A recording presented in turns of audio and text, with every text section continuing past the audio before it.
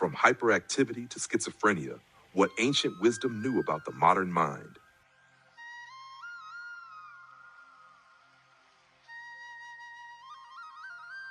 Have you ever wondered why mental health issues seem to be increasing in today's world? Why do we hear so much about hyperactivity, depression, bipolar disorder, and schizophrenia, terms that our grandparents probably never even used? In ancient times, families faced emotional struggles too, but their way of healing was different. They turned to simplicity, nature, and deep understanding of human behavior. Not pills or clinics. A warm bowl of kanji, rice gruel, with cherucheera, a humble leafy green, was believed to calm the mind and restore balance. Sounds unbelievable? Stay with me, because what ancient healers called a disturbance of mind might just hold a hidden truth about how our modern world lost its balance. The journey from hyperactivity to schizophrenia. Every generation has its challenges, but compared to the past, the new generation seems to face a wave of socio-psychological tension. Ancient healers didn't name disorders the way modern psychiatry does, yet they observed patterns, emotional states that shifted like tides. Let's look at this progression through the Ayurvedic lens of mental balance. Hyperactivity, the spark of excess energy, restlessness, and impatience, often seen in children. Mania, a state of great excitement, fast thoughts, grand ideas, overconfidence.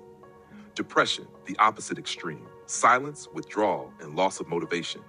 Bipolar disorder, manic depression, the swing between these two poles, from unstoppable energy to absolute stillness. Paranoia, when confidence turns into suspicion, when belief becomes blindness. And finally, schizophrenia, where perception itself fractures. Ancient texts described it as seeing and hearing things that aren't there, a mind divided between reality and imagination. These states are fluid, overlapping, and deeply personal. Even doctors rely on what the patient or family describes, experiences that are subjective and hard to measure. So the truth? Diagnosis is not an exact science. It's a mirror reflecting both the healer and the healed.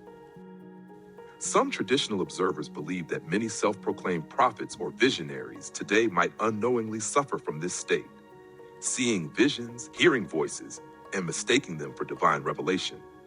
But the goal here isn't to judge, it's to understand. Because behind every extreme state lies one truth: the mind and body are deeply connected. Causes and insights. So what causes mental imbalance? Ayurvedic thinkers and early healers offered several explanations: food, environment, karma, time, and family inheritance.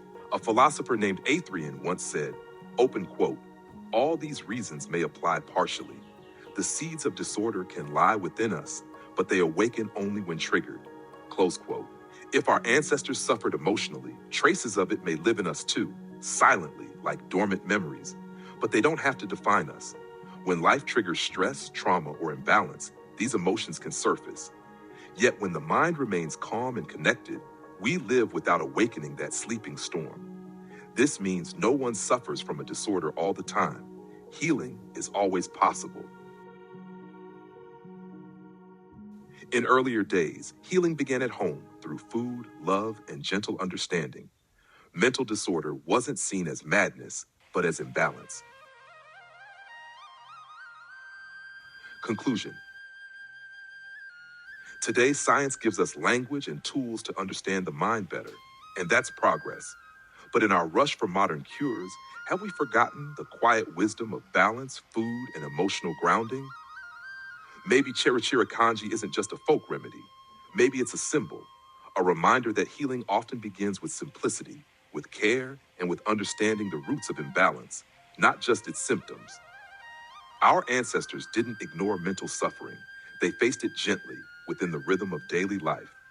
Perhaps the greatest therapy is still hidden in that simplicity. If this idea touched you, reflect, share, and let's talk about what real healing means. Because sometimes ancient whispers carry the loudest truths.